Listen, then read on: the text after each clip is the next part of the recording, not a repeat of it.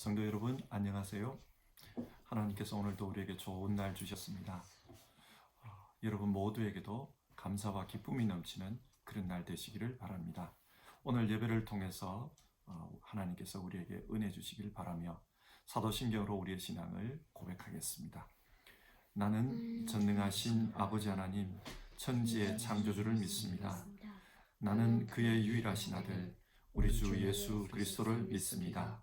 그는 성령으로 잉태되어 동정녀 마리아에게서 나시고 본디오 빌라도에게 고난을 받아 십자가에 못 박혀 죽으시고 장사된 지 사흘 만에 죽은 자 가운데서 다시 살아나셨으며 하늘에 오르시어 전능하신 아버지 하나님 우편에 앉아 계시다가 거기로부터 살아있는 자와 죽은 자를 심판하러 오십니다. 나는 성령을 믿으며 거룩한 공교회와 성도의 교제와 죄를 용서받는 것과 몸의 부활과 영생을 믿습니다. 아멘. 찬송가 254장 내 주의 보혈은 우리 1절 찬송하겠습니다. 찬송가 254장 옛날 찬송가로는 186장입니다.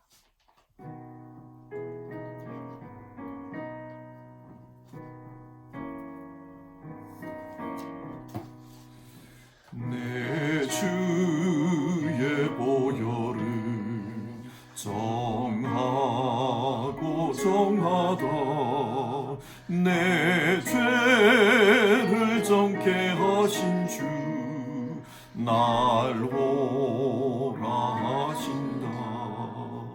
내가 주께로 지금 가오니 십자가의 보혈로 날 씻어 주소서.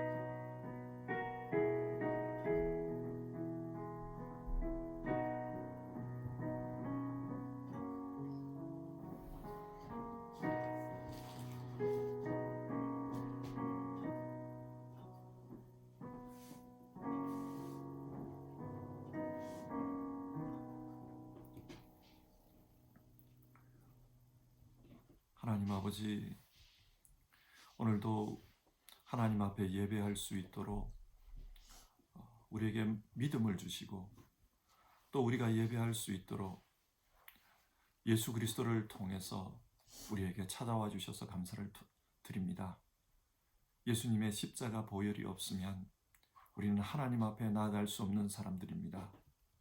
우리에게 십자가를 통해서 정결타고 의롭다고 인정해 주신 것 참으로 감사를 드립니다. 하나님, 예배하는 모든 분들에게 하나님께서 주신 그 예수님의 은혜가 이 시간도 경험되게 하시고 또 그 은혜를 하나님께 감사하며 오늘 하루도 살아갈 수 있도록 우리에게 함께하여 주시옵소서. 이 시간 우리가 드리는 예배를 받아주시고 이 예배가 하나님께만 영광이 되기를 바랍니다. 예수님의 이름으로 기도드립니다. 아멘. 오늘 같이 읽을 하나님의 말씀은 요한복음 18장 15절부터 해서 27절까지입니다.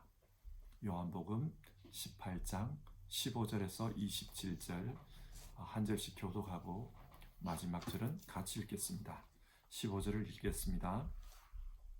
시몬 베드로와 또 다른 제자 한 사람이 예수를 따르니 이 제자는 대제사장과 아는 사람이라 예수와 함께 대제사장의 집들에 들어가고 베드로는 문 밖에 서 있는지라 대제사장을 아는 그 다른 제자가 나가서 문 지키는 여자에게 말하여 베드로를 데리고 들어오니 문 지키는 여종이 베드로에게 말하되 너도 이 사람의 제자 중 하나가 아니냐 하니 그가 말하되 나는 아니라 하고 그때가 추운 고로 종과 아랫사람들이 불을 피우고 서서 쬐니 베드로도 함께 서서 쬐더라.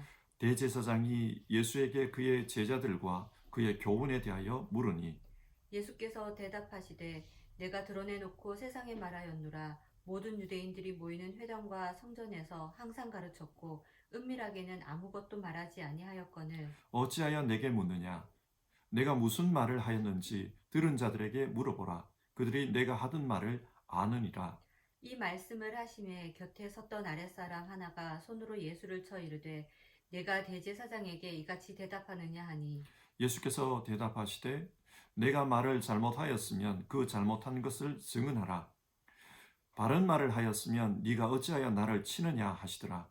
안나스가 예수를 결박한 그대로 대제사장 가야바에게 보내니라. 시몬 베드로가 가서 불을 쬐더니 사람들이 묻되 너도 그 제자 중 하나가 아니냐? 베드로가 부인하여 이르되 나는 아니라 하니 대제사장의 종 하나는 베드로에게 귀를 잘린 사람의 친척이라 이르되 내가 그 사람과 함께 동산에 있는 것을 내가 보지 아니하였느냐. 같이 읽겠습니다.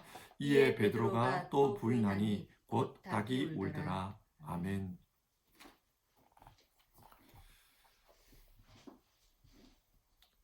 요한복음은 예수님에 대한 이해에 있어서 다른 복음서와는 구별되는 특징이 있습니다. 요한복음은 예수님을 말씀이 육신이 되어 이 땅에 오신 하나님으로 이해합니다. 태초에 말씀이 계시니라. 이 말씀은 곧 하나님이시니라. 그리고 그 말씀이 육신이 되어 우리 가운데 거하심에 예수님이 삼위일체 하나님 중에 한 분이심을 요한복음은 분명하게 밝힙니다. 그러면 그 말씀이신 하나님이 왜 이 땅에 오셨을까요? 이 세상을 구원하기 위해서입니다. 그러므로 예수님은 이 땅의 삶을 사시면서 분명한 목적을 가지고 있었습니다. 그래서 어떤 어려움이 있어도 흔들림 없이 자신의 길을 가십니다. 자, 이런 사전 지식을 가지고 오늘 말씀을 봅시다. 오늘 읽은 본문은 세 단락으로 구분이 됩니다. 먼저 첫 번째 단락 15절에서 18절입니다. 예수님을 부인하는 베드로에 대한 말씀입니다. 15절과 16절을 읽겠습니다. 시몬 베드로와 또 다른 제자 한 사람이 예수를 따르니 이 제자는 대제사장과 아는 사람이라. 예수와 함께 대제사장의 집들에 들어가고 베드로는 문 밖에 서 있는지라. 대제사장을 아는 그 다른 제자가 나가서 문 지키는 여자에게 말하여 베드로를 데리고 들어오니 이 당시 대제사장의 집은 아무나 들어갈 수 없었습니다. 왜냐하면 당시 대제사장은 유대의 내부 정치를 담당하는 최고 권력자 중에 한 사람이기 때문입니다. 오늘날과 비교해 보면 국무총리 같은 사람입니다. 여러분, 국무총리 공관에 아무나 들어갈 수 있습니까? 없습니다. 그런데 지금 베드로는 들어갔습니다. 어떻게 그것이 가능했나? 그것은 함께 간 다른 제자가 대제사장과 아는 사이였기 때문입니다. 신학자들은 이 다른 제자가 요한일 것이라고 그렇게 추측합니다. 그러면 요한은 어떻게 대제사장을 알까요? 신학자들은 아마도 요한의 아버지가 갈릴리의 유지였을 것이라고 추정합니다. 당시 유력자들 중에는 사람을 고용해서 어업을 하는 경우가 있었습니다. 아마 요한의 아버지가 그랬을 것이고 그러면서 상당한 물자와 자금을 대제사장에게 제공했을 것입니다. 그래서 대제사장과 안면이 있는 사이였을 것이다. 그렇게 추정합니다. 여하튼 이런 연유로 베드로는 아무 제재 없이 대제사장의 집에 들어갑니다. 그런데 그때 집에 출입을 통제하던 한 여종이 베드로에게 말을 던집니다. 17절인데요. 문 지키는 여종이 베드로에게 말하되 너도 이 사람의 제자 중 하나가 아니냐. 이 부분을 한국어로 읽으면 당신도 그의 제자 중 하나가 맞지요. 그렇게 들립니다. 그러나 본문을 헬라어로 보면은 뜻이 좀 달라집니다. 이 여인은 출입하는 사람의 신분을 확인하는 문지기입니다. 그래서 질문한 것입니다. 당신은 이 사람의 제자가 아니지요? 그렇지요? 부정 의문문으로 질문했습니다. 어떤 뉘앙스입니까? 지금 대제사장을 잘 아는 사람의 손에 이끌려서 지인이 이 공간으로 들어오고 있습니다. 그러니까 당신은 당연히 예수를 따르는 사람이 아니지. 그런 뉘앙스로 물은 겁니다. 그러자 베드로가 나는 아니다. 그렇게 대답합니다. 요한은 이 당시의 상황을 아주 정확하게 기억하고 있습니다. 무슨 말입니까? 베드로가 예수님을 부인한 것은 처음에는 얼떨결이었다는 겁니다. 여러분, 이것을 통해 요한복음이 전하는 메시지가 무엇입니까? 예수님을 부인하는 일은 대단한 위기 때문에 일어나는 것이 아닐 수도 있다는 겁니다. 우리의 경우를 한번 생각해 봅시다. 마음에 예수님에 대한 적극적인 반대나 신앙에 대한 적극적인 부정 때문에 예수님을 부인하는 경우는 교회 다니는 사람들 중에는 거의 없습니다.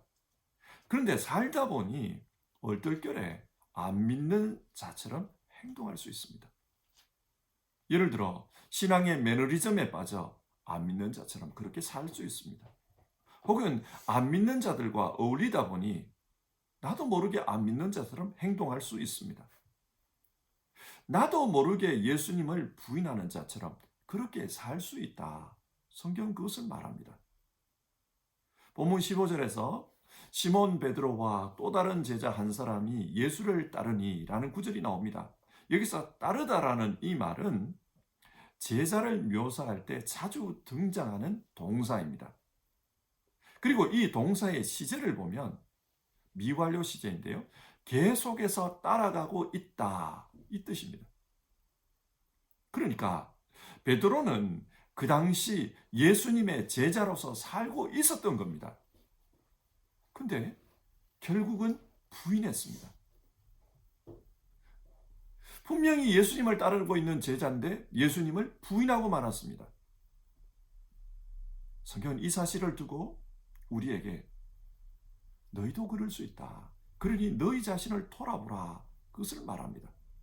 우리 역시도 예수님을 믿고 따르지만 나도 모르게 예수님을 부인하며 살 수 있다는 그 부분을 생각하라는 겁니다. 신앙생활에서 시험은 아주 사소한 것에서 시작될 수 있습니다. 두 번째 단락으로 가봅시다. 본문 19절에서 24절의 내용인데요. 예수님께서 안나스에게 신문받는 장면입니다. 이때 안나스가 무엇을 신문하려고 합니까? 19절을 보면 대제사장이 예수에게 그의 제자들과 그의 교훈에 대하여 물으니 그렇게 기록되어 있습니다. 안나스를 포함한 대제사장은 예수님을 어떻게 처리해야 할까? 그것에 대해서 이미 결론을 가지고 있었습니다. 요한복음 18장 14절에서 대제사장 가야바는 한 사람이 백성을 위하여 죽는 것이 유익하다. 그런 말을 하고 있습니다. 이 말은 예수님이 죄인이든 아니든 로마 당국 입장에서 보면 위험한 사람이다.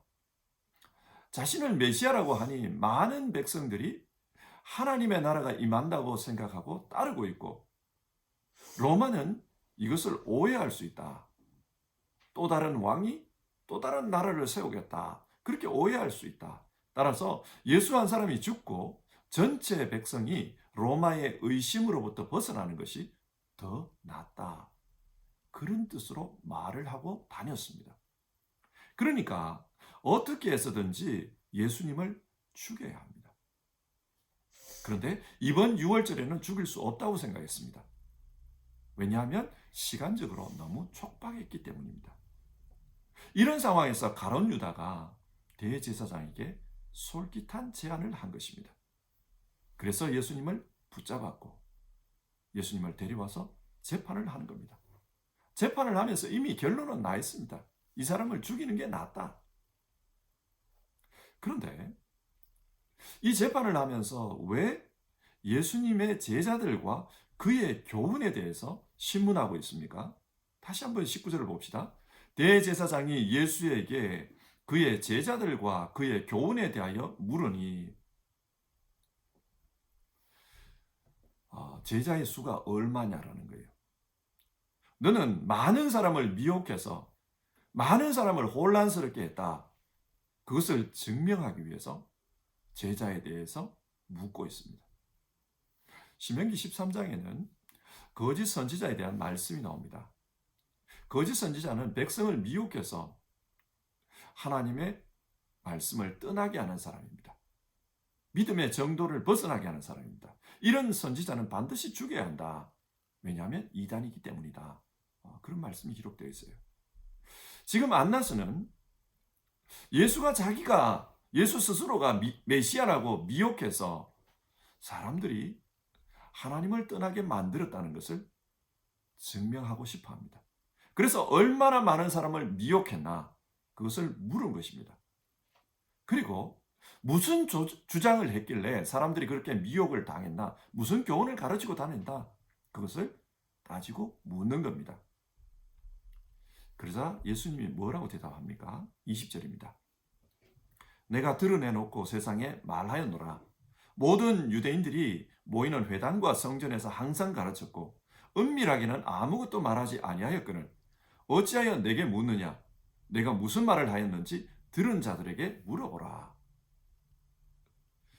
지금 예수님은 안나스의 신문에 주눅들지 않고 대답하십니다.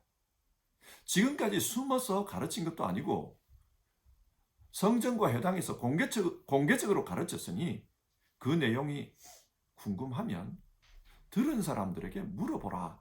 그렇게 이야기한 겁니다. 일반적으로 법정에서 신문을 받으면 주눅이 들기 마련입니다.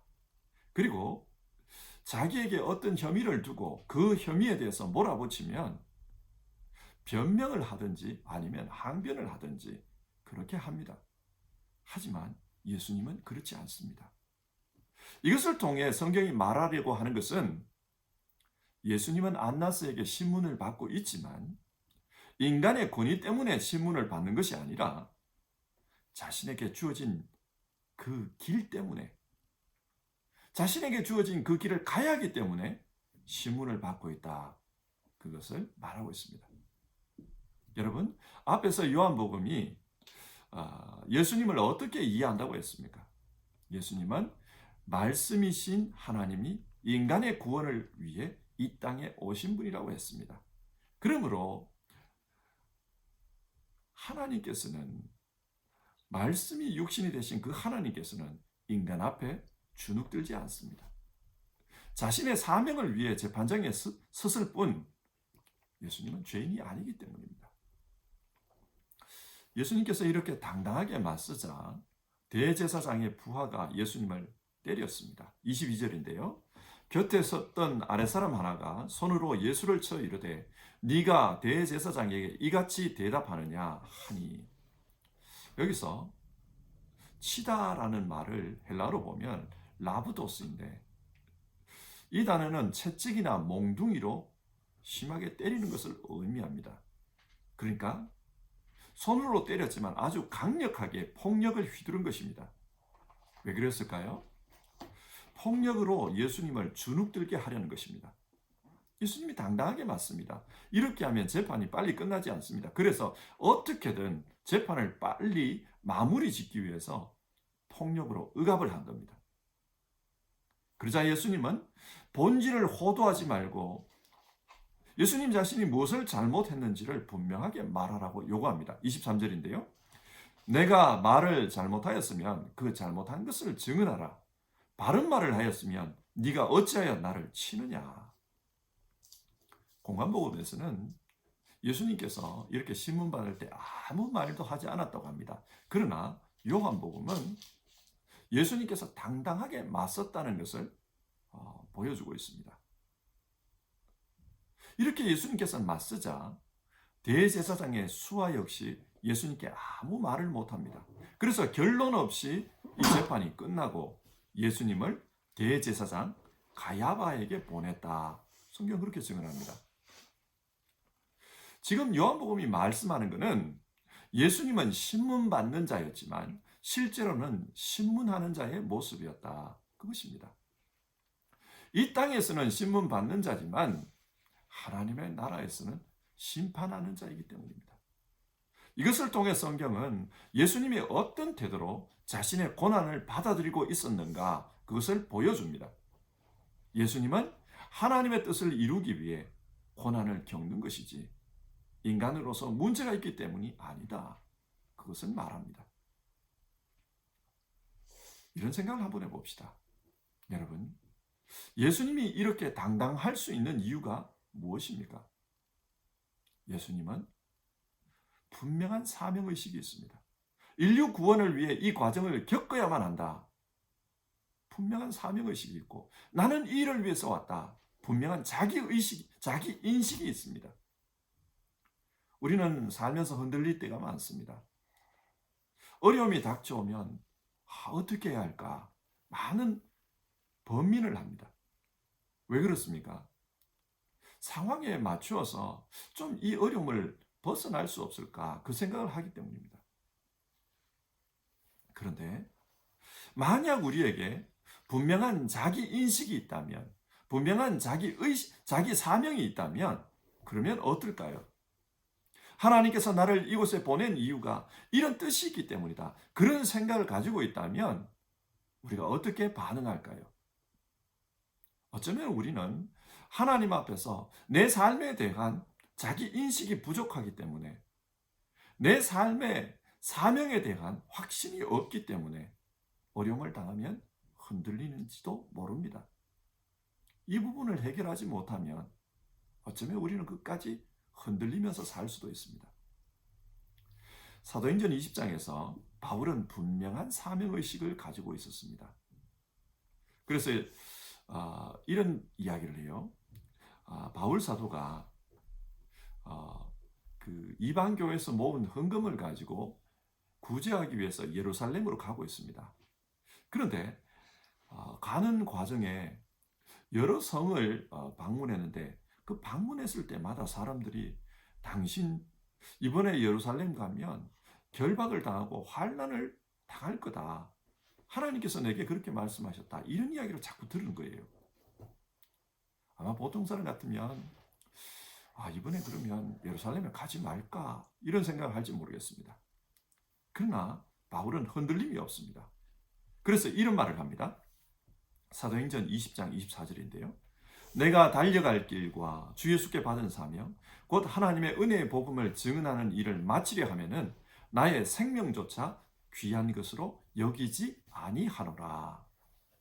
그런 분명한 사명의식이 있습니다. 그래서 이게 만약에 내가 죽는 거라도 나는 괜찮다. 그렇게 생각하고 자기 길을 가겠다는 겁니다. 이 고난 주간 동안에 우리도 이 문제를 가지고 기도했으면 좋겠습니다. 하나님, 내 인생을 향해 가지고 계시는 뜻이 있으시지요. 그게 무엇인가요? 나는 이 땅에서 어떻게 살아야 하고 무엇을 위해 살아야 하나요? 이 문제를 가지고 우리가 하나님 앞에 기도했으면 좋겠습니다. 세 번째 단락입니다. 25절에서 27절의 말씀인데요. 또다시 베드로의 부인에 대한 그런 말씀입니다. 25절입니다. 시몬 베드로가 서서 불을 쬐더니 사람들이 묻되 너도 그 제자 중 하나가 아니냐. 여기서 불을 쬐었다는 것은 그 당시가 굉장히 추웠음을 암시합니다. 그런데 그렇게 불을 쬐고 있을 때 어떤 사람이 베드로에게 묻습니다. 당신 예수의 제자 아니냐? 그래서 베드로가 아니라고 합니다. 이 사람은 베드로를 보긴 봤어요. 예수님과 함께 다니는 걸 보긴 봤어요. 그러나 확신을 가지고 하는 것은 아닙니다. 그러나 그 사람의 질문에 베드로는 즉각적으로 아니라고 합니다. 왜 아니라고 했을까? 지금 눈앞에 벌어지는 재판이 살벌한 거예요. 베드로가 이 재판을 보면서 두렵습니다. 예수님을 고발할 근거가 부족해도 사람들이 막무가내로 몰아가는 그 재판을 보면서 이러다가 나도 큰 코 다치겠다 두려웠던 겁니다. 그래서 부인합니다. 그리고 이어서 26절, 그 자리에 베드로가 칼로 귀를 잘랐던 말고의 친척이 있었습니다. 그 친척이 확신하면서 이야기합니다. 네가 예수와 함께 동산에 있는 것을 내가 보았다. 이 사람은 증거를 가지고 이야기합니다. 확실하다. 내가 보았다. 베드로의 입장에서는 반박의 여지가 없습니다. 조금 전에 현장에서 자기를 보았다고 하기 때문입니다. 그러자 베드로는 급한 마음에 예수님을 부인합니다. 어쩌면은 막무가내로 부인했을 거예요. 논리적으로 반박할 수 없기 때문에 막무가내로 부인했을 겁니다. 근데 그렇게 부인하고 있을 때 곧 닭이 울었습니다. 자, 여러분, 오늘 말씀을 한번 정리해 봅시다. 오늘 읽은 본문은 샌드위치 구조입니다. 제일 앞과 제일 뒤에 베드로가 예수님을 부인하는 장면이 기록되어 있고, 그 중간에 예수님께서 신문 받는 내용이 기록되어 있습니다. 성경은 이런 구조를 통해서 예수님의 모습과 베드로의 모습을 대조시키고 있습니다. 예수님은 대제사장의 추궁을 받았을 때 담대하게 대응하셨습니다. 그러나 베드로는 문지기 여종의 단순한 질문에도 예수님을 부인했습니다. 두려웠기 때문입니다. 예수님은 물리적인 폭력을 당하면서도 당당하게 맞섰습니다.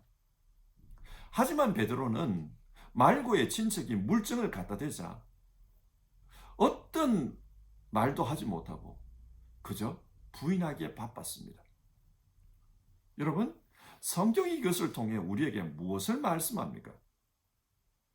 예수님은 말씀이 육신이 되어 이 땅에 오신 하나님입니다. 하나님으로서 인류 구원을 해야 한다는 그 뜻을 이루기 위해 고난을 당하고 있습니다. 그렇기 때문에 고난 앞에서 어려움은 있지만 두려움이 없습니다. 분명한 자기의식이 있습니다.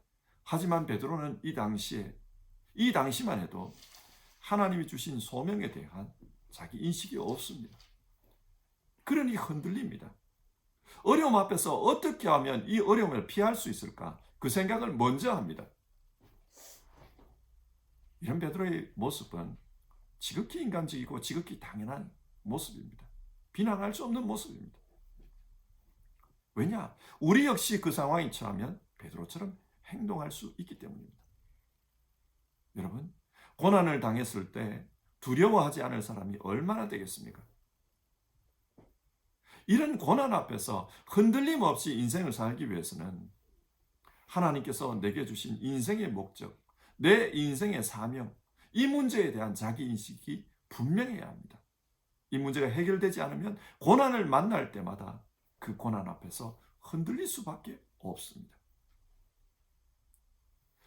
또 예수님께서 두려움 없이 고난을 대할 수 있었던 이유는 하나님의 절대 주권에 대한 믿음이 있기 때문입니다. 모든 사람이 다 예수님을 떠난다 할지라도 하나님께서는 예수님과 함께 하신다. 그것을 믿기 때문입니다. 그 하나님께서 이 상황을 이끌어 가시기 때문에 그래서 두려움 없이 고난을 대합니다.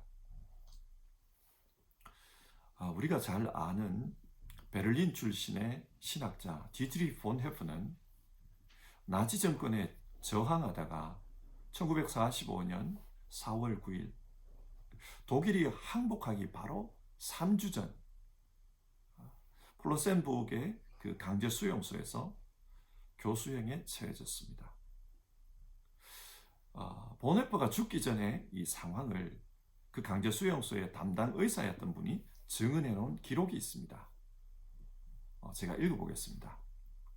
막사에 있는 방의 반쯤 열린 문을 통해 나는 보네프 목사가 죄수복을 벗기 전에 바닥에 무릎을 꿇고 자신의 주 하나님께 진심으로 기도하는 모습을 보았다.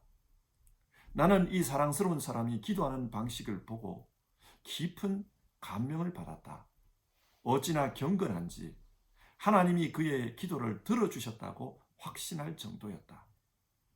그는 현장에서 다시 짤막한 기도를 드린 다음 용감하고 침착하게 계단을 밟고 교수대에 올랐다. 그리고 몇 초 뒤에 죽었다. 지난 50년간 의사로 일하면서 그토록 경건하게 죽음을 맞이한 사람을 본 적이 없다. 보네프는 죽음 앞에서 하나님 앞에 기도했고, 그리고 담대하게 그렇게 침착하게 죽었다는 것입니다. 어떻게 이것이 가능했을까요? 하나님이 나와 함께 하신다. 하나님 임재의식을 가지고 있었기 때문입니다. 하나님께서 나와 함께 하신다. 그 하나님 임재의식이 두려움을 이기게 했습니다. 이것은 보네프만 그런 것이 아닙니다. 사랑하는 성도 여러분, 우리도 하나님이 언제나 우리와 함께 하신다는 것을 믿음으로 이 세상을 살아갑시다. 그래서 고난이 많고 어려움이 많은 이 세상, 그 믿음 가지고 우리 앞에 있는 삶의 길을 묵묵히 그리고 당당하게 살아갑시다. 우리 함께 찬송하고 기도하겠습니다. 찬송가 370장입니다. 찬송가 370장. 옛날 찬송가로는 455장입니다. 주 안에 있는 나에게 1절 부르고요. 같이 기도하겠습니다.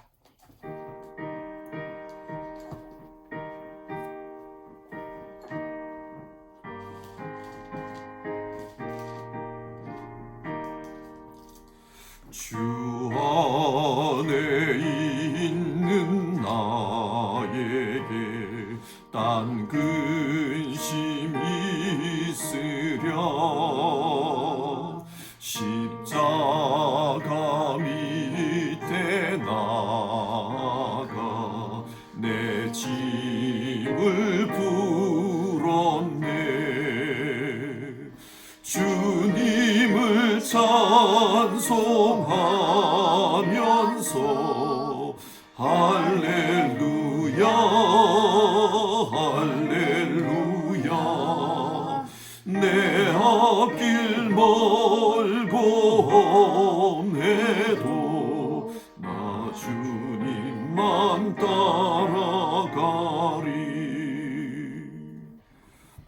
우리 기도합시다. 오늘 살펴본 말씀을 생각하면서 기도합시다. 우리 예수님께서는 죽음의 두려움 앞에서 당당하게 그리고 담대하게 맞서는 것을 보았습니다. 그러나 그 예수님의 죽음 앞에 서 있는 베드로는 그렇지 못했습니다. 그는 예수님을 모른다고 3번이나 부인했고 그 과정에서 비굴한 모습을 보였습니다. 차이가 어디 있을까요? 우리는 어떻게 신앙해야 할까요? 우리 오늘 말씀을 통해 2가지를 살펴보았습니다. 하나는 삶의 목적에 대한 문제였고, 하나는 하나님의 임재의식에 대한 말씀이었습니다. 우리 이 시간에 같이 기도해 봅시다. 하나님, 우리도 예수님처럼 우리 삶에 대한 목적의식을 분명히 하게 도와주십시오. 우리가 이 땅에서 살아가는 목적이 무엇인지 생각하고, 그래서 현재의 내 삶을 분명하게 이해해서 당당하게 살아갈 수 있게 도와주십시오. 그리고 언제나 하나님이 나와 함께 하신다는 그 하나님 임재의식을 가지고 현실의 삶을 두려움 없이 살게 해주십시오. 천지의 주관자이신 그 하나님께서 나와 함께 하시니, 그분께서 내 인생을 이끌어 주시니 나는 주님의 인도하심을 따라갈 뿐 두려움 없이 당당하게 살아갈 수 있게 도와주십시오. 우리 이 기도 제목을 가지고 이 아침에 같이 기도합시다.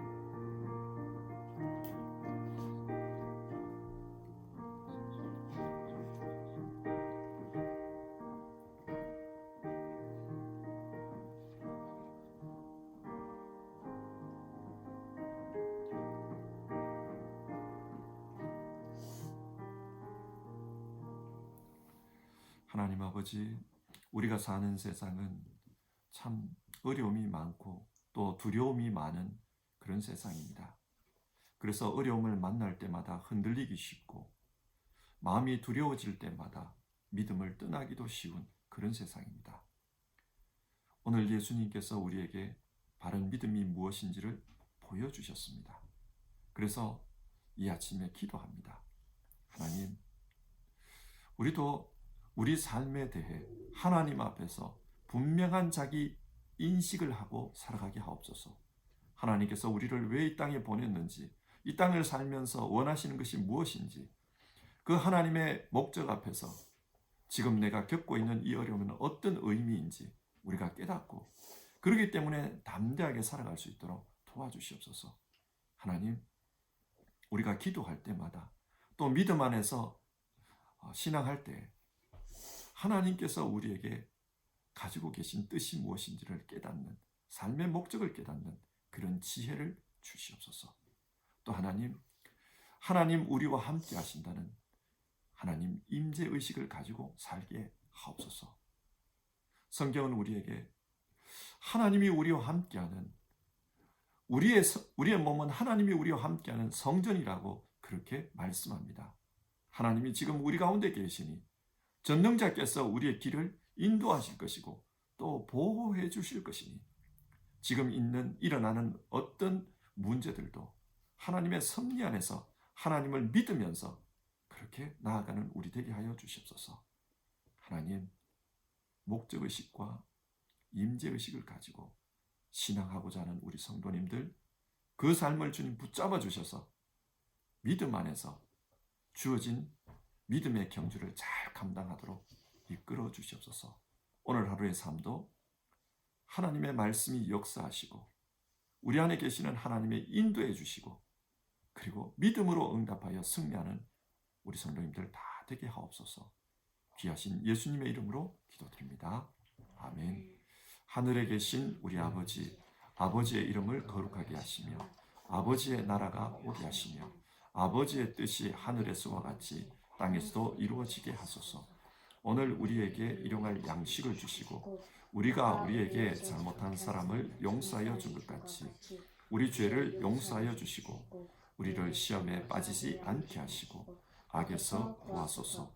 나라와 권능과 영광이 영원히 아버지의 것입니다. 아멘.